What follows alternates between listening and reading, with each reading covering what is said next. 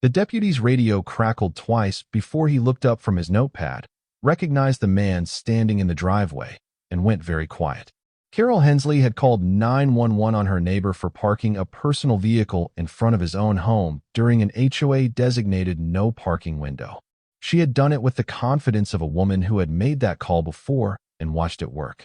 What she did not know, what she had never bothered to find out in 14 months of violation notices and fines and certified letters, was that the man she was reporting was Dale Hurst.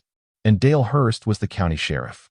But what Carol didn't know was that Dale had been waiting for exactly this moment.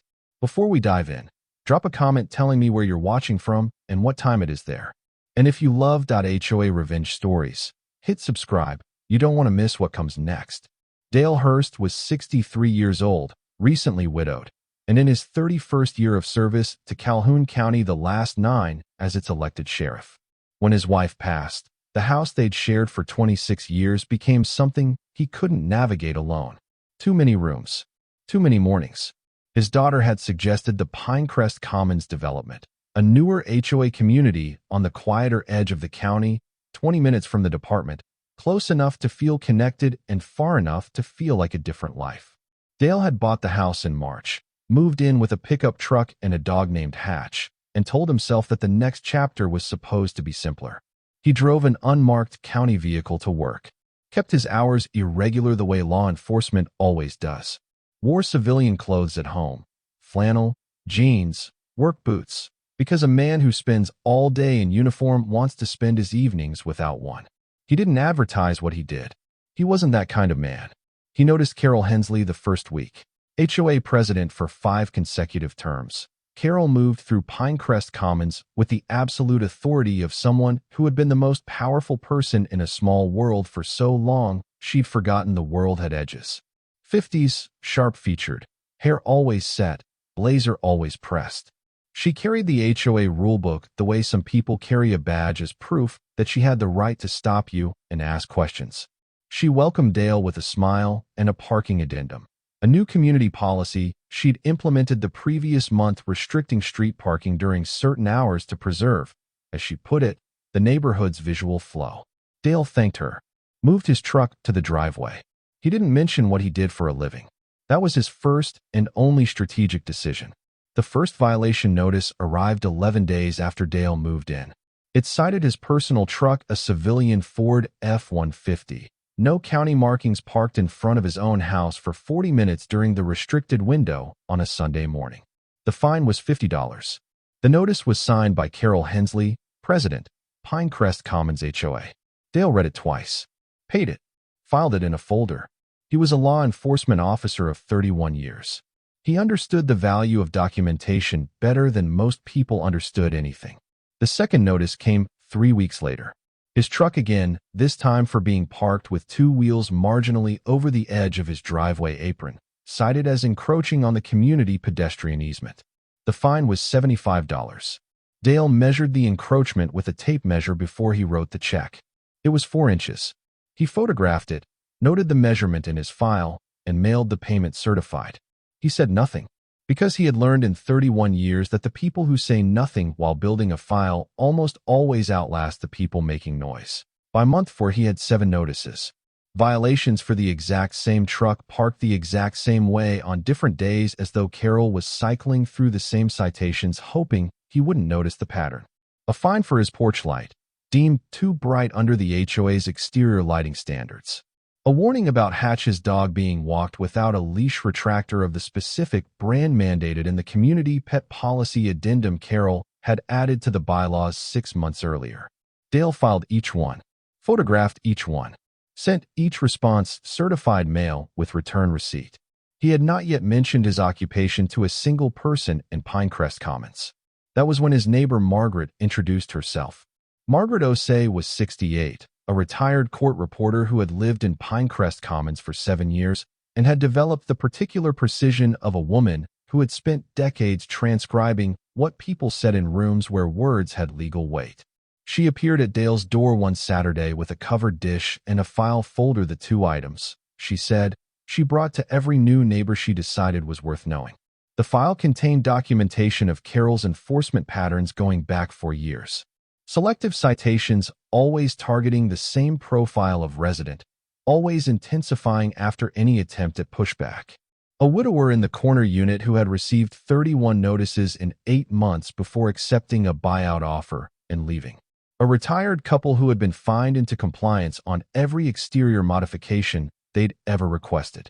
Margaret had kept every piece of correspondence she'd witnessed or been told about, organized by date and resident, because she was a court reporter, and that was simply how she processed the world.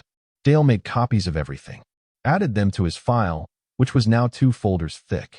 He filed a formal complaint with the state HOA regulatory office, received an acknowledgement letter, heard nothing for 3 months. He contacted the county attorney's office to inquire about selective enforcement claims in HOA governance, was told the matter would need to proceed through civil channels and that the timeline was uncertain. He was the county sheriff. He knew every civil channel in the county personally. He knew exactly how uncertain the timeline was. Then Carol changed the nature of the problem entirely. Dale returned home from a 14-hour shift following a county-wide emergency response exercise, still in his civilian clothes. Exhausted, Hatch waiting at the door to find a county sheriff's department non-emergency response vehicle parked at the curb in front of his house. One of his own deputies, a young officer named Tillman who had been with the department for 18 months, stood in the driveway looking profoundly uncomfortable. Carol had called the non-emergency line to report Dale's truck, which had been parked legally in his own driveway all day, as an abandoned vehicle potentially associated with suspicious activity. She had described it as an unregistered-looking vehicle whose owner she had been unable to identify despite repeated community outreach. Deputy Tillman had run the plates. The registration had come back to Dale Hurst, at which point Tillman had driven to the address, realized whose house it was, and was now standing in the driveway in the specific posture of a man who very much wished he were somewhere else. Dale stood at the front door looking at his deputy for a long moment. Then he told Tillman to write the call up exactly as it came in. Every word Carol had used. Every claim she had made about the unidentifiable vehicle and its unknown owner. Tillman asked if Dale was sure. Dale said he was sure. He went inside, fed Hatch, and made himself a cup of coffee. He sat at the kitchen table with his 2-folder file and the knowledge that Carol Hensley had just called the county sheriff's department on the county sheriff and had done it in a way that was now in the official call log, time-stamped, transcribed, and retrievable. He had been waiting 14 months for exactly this kind of gift. He picked up the phone and called Margaret. Dale had requested one thing through the county attorney's office, a formal HOA compliance review, open to all Pinecrest Commons residents, conducted by a state HOA oversight representative and attended by the full board. The request cited 14 months of documented violations, the pattern Margaret had compiled over 4 years, and the official call log entry from Carol's non-emergency report, the one where she had described the county sheriff's personal vehicle as suspicious and its owner as unidentifiable. Carol had agreed to the meeting. She had run 5 consecutive terms without a formal compliance review. She was not concerned. The meeting was held on a Thursday evening in the Pinecrest Commons Community Clubhouse. 31 residents attended, the largest turnout in the HOA's history, according to Margaret, who had attended every meeting for 7 years and kept the sign in sheets. Dale sat in the second row in civilian clothes, flannel shirt, jeans, work boots, with his 2-folder file on his lap, and Hatch's leash folded in his jacket pocket because the dog bylaws permitted pets at community meetings, and Dale had read every bylaw Carol had ever written. The state oversight representative opened the proceedings. Carol sat at the board table with her rulebook and the particular composure of a woman who had never lost a room she was standing in. She lost this one in 11 minutes. Dale presented his documentation in chronological order, the way he had been trained to present evidence in court. 14 months of notices, every certified mail receipt, every photograph, every measurement. He placed Margaret's 4-year pattern file beside his own without editorial comment and let the 2 stacks sit side by side on the table. Then he placed the call log on top.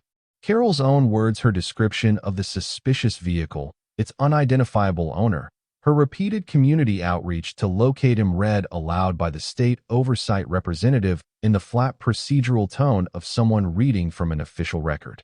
The room understood before the representative finished the sentence. Carol looked at the call log. Then she looked at Dale.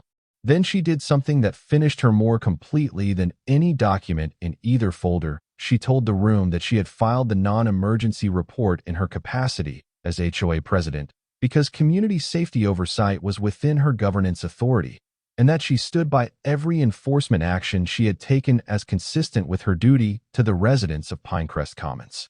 That she had simply been doing her job. Margaret, sitting 2 seats from Dale, opened her folder and placed 31 violation notices the widowers, organized by date, on the table without a word. The state oversight representative asked Carol to identify which provision of the HOA governing documents authorized the president to report residents' legally parked vehicles to law enforcement as suspicious without board approval. Carol opened her rulebook. She turned pages for a long time. The provision wasn't there because Carol had never written it. She had operated on the assumption that her authority was whatever she decided it was in the moment, and for 5 consecutive terms, no one had been in a position to tell her otherwise. Dale was in that position now. He had 31 years of law enforcement, 2 folders of certified documentation, an official call log with Carol's own words in it, and the quiet of a man who had never once raised his voice through 14 months of being treated like a trespasser in his own home. He didn't raise it now either. He didn't need to. There are moments when power doesn't just transfer, it simply reveals who actually had it all along. Carol Hensley did not sit at the board table at the next scheduled HOA meeting. The state oversight representative filed her compliance report within 2 weeks. It cited selective enforcement across a 4-year documented period, unilateral bylaw amendments enacted without member vote, and the filing of a non-emergency law enforcement report containing materially inaccurate claims about a legally parked vehicle and its owner. The phrase misuse of HOA governance authority appeared in the finding 4 times. Carol resigned her presidency 8 days after the report was filed. Her letter to the board was 3 sentences. The board accepted it at a special session attended by 34 residents, 3 more than the compliance meeting, because word had traveled the way it travels in small communities where people have been waiting a long time to show up. Margaret submitted her 4-year documentation file to the State Oversight Board the following Monday. An independent audit of every bylaw amendment Carol had enacted during her 5 terms found 9 implemented without the required member vote. All 9 were voided. Every fine issued to Dale was reversed and refunded, including the first $50 notice for parking in front of his own house on a Sunday morning 11 days after he moved in. The HOA board adopted a formal policy requiring full member vote for any bylaw amendment and written board approval before any resident's complaint was escalated to law enforcement. It passed unanimously at the first meeting following Carol's departure.